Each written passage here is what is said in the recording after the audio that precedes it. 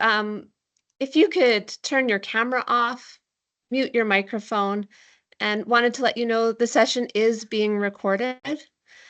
And we are anticipating some questions.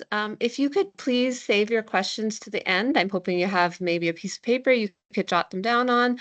And then we've allotted enough time at the end to answer questions. And also, if you have any questions that come up afterwards that you think of, please don't hesitate to reach out to your consultant.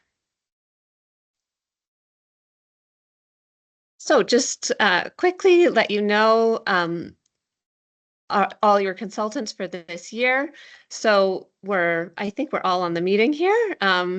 We have Kimberly Goosen, and you'll notice under each of our names, there's grades listed there.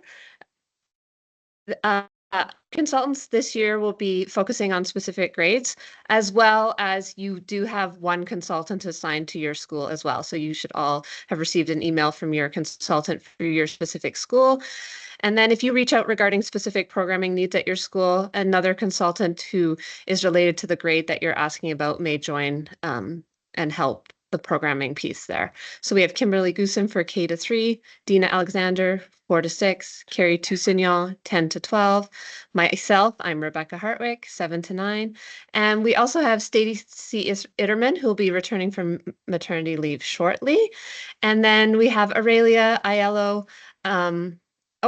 Sorry, Aurelia, somehow your Minatoli got missed there, and she's looking after our ELD programming this year. So the goals for this presentation, we're going to review how to add an EAL placement card. We're going to share steps on filling out the EAL placement card. We're going to review uploading a document on EdForms and what is needed for the evidence upload. We're going to talk about what to do after the card is complete, and then there will be time for questions at the end. So starting with the EAL placement card, who and when do we need the card for? So who the card is for new foreign-born students who have English language needs. And you would have determined this based on the new registrations you've received at your schools, and you've been working very hard, which we appreciate, completing the assessments of these students on Global English. And if it was determined that they need English language support, then you would be adding an EAL placement card for that student. Also, last year, in consultation with your consultant, there were some pre-approved students who were in kindergarten who are now in grade 1 that were approved for a 303 code. So they were Canadian born, but were presenting with language needs. So an EAL placement card needs to be added for these 303 pre-approved grade 1 students. And lastly is new 303 students. So Canadian-born students who this year you have noticed that they require language support. You've reached out to your consultant for approval. Your consultant has approved this new 303 registration. An EAL placement card is also needed for these students. So when is the placement card being completed? For the pre-approved 303 registrations, they were due September 12th. If you haven't been able to get them completed, please continue to submit those. And also, if any 303 registrations come up in the next week or so, we would love for you to reach out to us with the evidence, and we'll direct you to completing an EAL placement card for them as well. And then all other EAL placement cards are due on September 20th, which will be 1 week from today.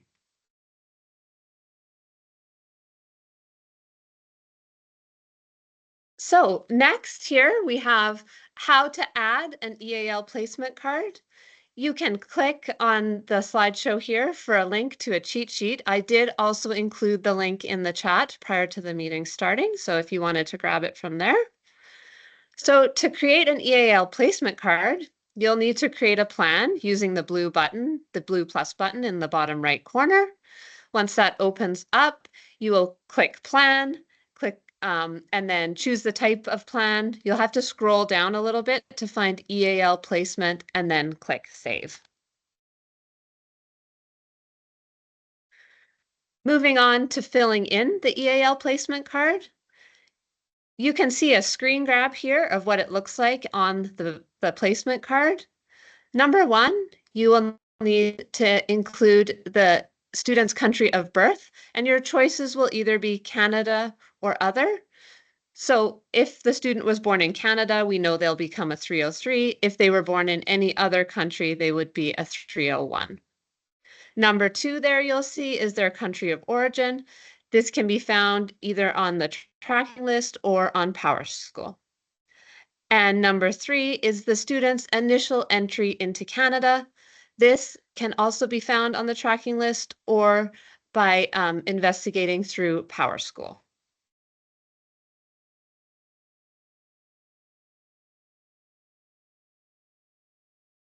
When we scroll down here, we see the next section of the form.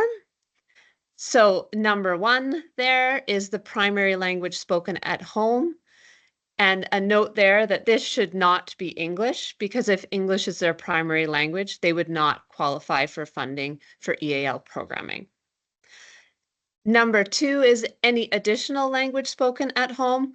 We know many of our students who are coming in, they have more than one language, and the second language spoken at home could be listed here. Number three is the date EAL began in Alberta.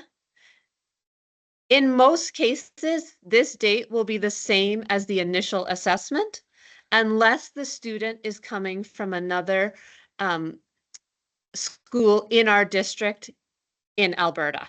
So possibly if a student was registered at a CBE school for a couple years and has now moved to Calgary Catholic, and you will be able to see if they had been at another school in our province, if you can look on PASSI for that information.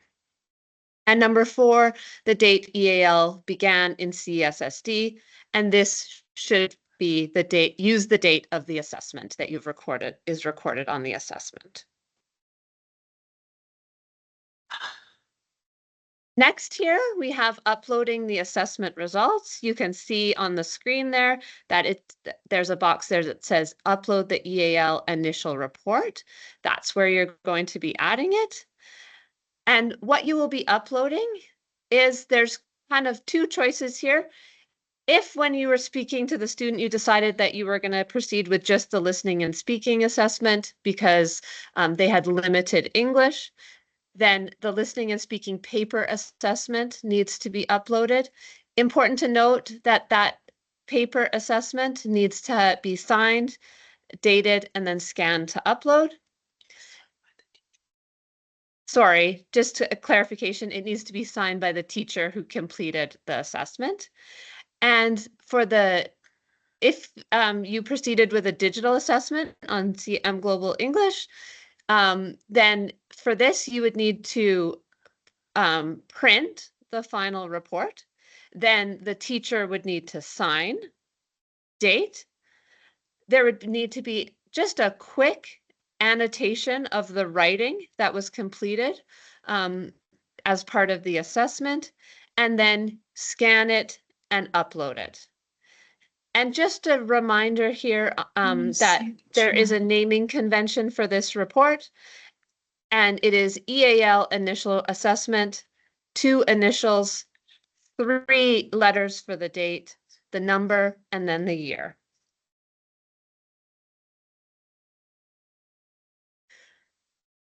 You will note in the chat that I did also include a link for a little cheat sheet regarding Global English, and that cheat sheet there has some information regarding the report. So if you'd like to click on that, you could print that out for your reference as well. I have included just a screenshot here of what the final report looks like. And you'll note that this beautiful individual who did this already has completed, you can see the writing there. I just blacked it out, so you, but just you can see that the quick annotation that we're speaking of is just, you could just make note of a vocabulary word, you could underline a sentence, it could be as simple as that. And then you can see they circled the level, the proficiency level that the student would be working on, and then signed and dated it, and the levels are all listed there as well. So again, yeah, this is just an example of what the digital assessment final report looks like, including signature, date, EAL level circled, and then the quick annotation of the writing. Okay, moving on to next steps here. Number one, it's important to initiate the workflow on the EAL placement form. This will turn the form blue. At this point, you can still make corrections once you initiate the workflow. So if for some reason you noticed, oh shoot, I forgot to um, attach the final report or upload the final report, you can still go back and do that at that time. When you are completely ready, you've looked it over, you feel good with everything on there. At that point is when you can click the approve button. Once that approve button is pressed, the form will go gray and you won't be able to make edits on it after that. Again, if for some reason you make a mistake and you want your form back, just contact your consultant and your consultant can push it back to you so that you can make corrections again. But again, if you just make sure, double check it before you click approve, you can still edit it before you push approve. And then number 3 there, report to secretary students who were assessed and will have a 301 or 303 code. And if any EAL codes need to be removed from PowerSchool due to a student's primary language being English and them not needing language support. So, and just confirming with your secretary that the correct students have the correct codes based on the assessments that you have completed. Okay, so I think Carrie's doing the recording. If you'd want to stop the recording now, Carrie, and we'll move on